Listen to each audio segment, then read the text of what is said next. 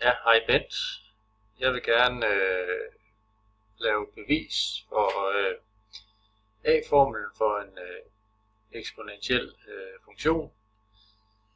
Og grundformlen hedder A er lig med den x2 minus x1 er rod af y2 divideret med y1. Og hvis jeg siger y2 er lig med b gange a i x1, x2,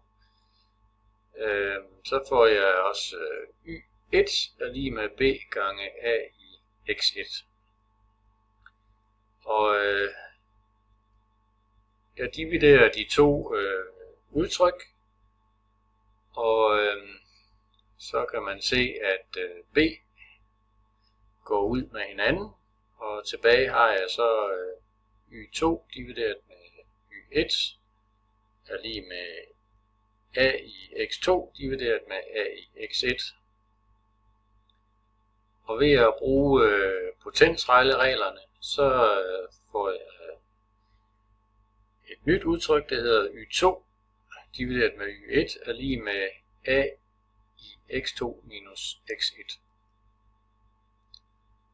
Så dividerer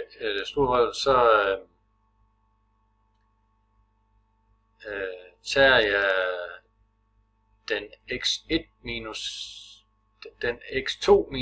x1 rod på begge sider af lighedstegnet, og så får jeg på venstre side den x2 minus x1 rod af y2 divideret med y1 er lig med a. Og det var bare det.